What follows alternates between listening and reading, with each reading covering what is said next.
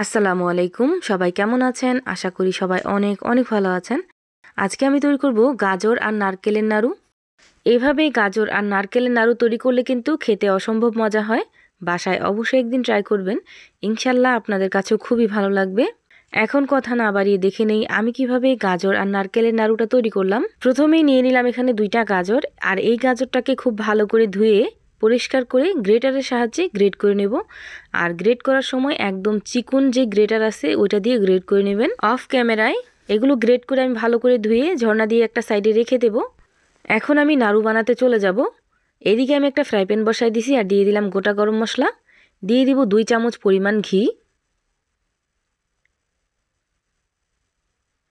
দিয়ে দিব half cup পরিমাণ চিনি।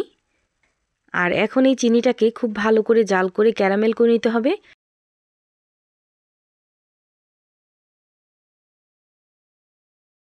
কোনো রকম পানি ছাড়া চুলার হিটটা লো হিটে রেখে অনবরত নেড়েচেড়ে এই ক্যারামেলটা তৈরি করে নিতে হয়। অনেকেই ক্যারামেল তৈরি করার সময় পুড়ে ফেলেন বা তেতো হয়ে যায়, সেটা কিন্তু খেতে একদমই ভালো লাগে না। এজন্য চুলার হিটটা লো হিটে রেখে তারপর এই ক্যারামেলটা তৈরি করে নেবেন।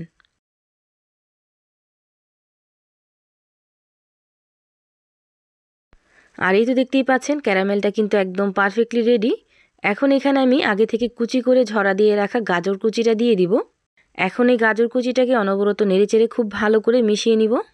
এভাবে আমি 2 মিনিটের মতো খুব ভালো করে ঘিয়ের সাথে আর চিনির ক্যারামেলের সাথে খুব ভালো করে রান্না করে নেব। প্রায় 2 মিনিট রান্না করার পর 1 কাপ পরিমাণ কোরানো নারকেল এখানে দিয়ে দিলাম। এখন অনবরত নেড়েচেড়ে খুব ভালো করে মিশিয়ে নিতে হবে।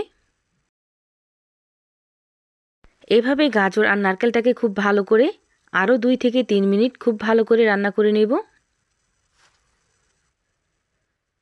2 থেকে 3 মিনিট পর এখানে আমি দিয়ে দিব 1/3 কাপ পরিমাণ খেজুরের গুড়। এটা ফ্লেভারের জন্য দিলাম, আপনারা চাইলে নাও দিতে পারেন। এখন আবার খেজুরের গুড়টাকে খুব ভালো করে মিশিয়ে নিব।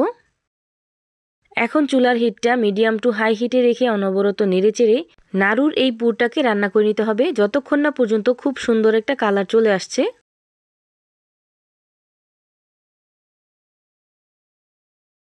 আর এই তো দেখতেই পাচ্ছেন জাল করতে করতে অনেক সুন্দর একটা কালার চলে আসছে। আর এই নাড়ু তৈরি করার জন্য গাজর আর নারকেলের পাকটাও কিন্তু খুব ভালোভাবে চলে আসছে। এখন কিন্তু নাড়ু বানানোর জন্য এই পুরটা একদম পারফেক্টলি রেডি। এখন আমি গরম অবস্থায় এখান থেকে নামিয়ে নিব একটা বলে। এখন এখান থেকে গোটা গরম মশলাগুলো ফালাই দিতে হবে।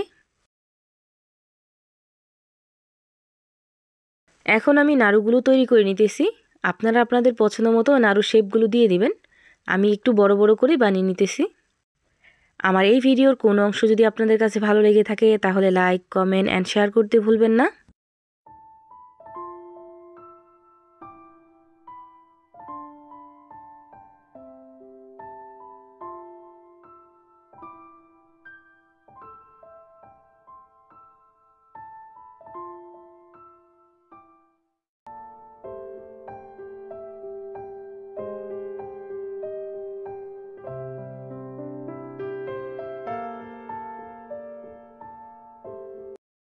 এইভাবে আমি সবগুলো নাড়ু তৈরি করে নিছি।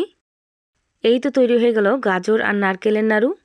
এই নাড়ুগুলো খেতে যে এতটা টেস্টি হয় না বানালে আপনারা বুঝতেই পারবেন না। ডেকোরেশনের জন্য উপর দিয়ে আমি কিছুটা কাঠবাদাম কুচি দিয়ে দিলাম।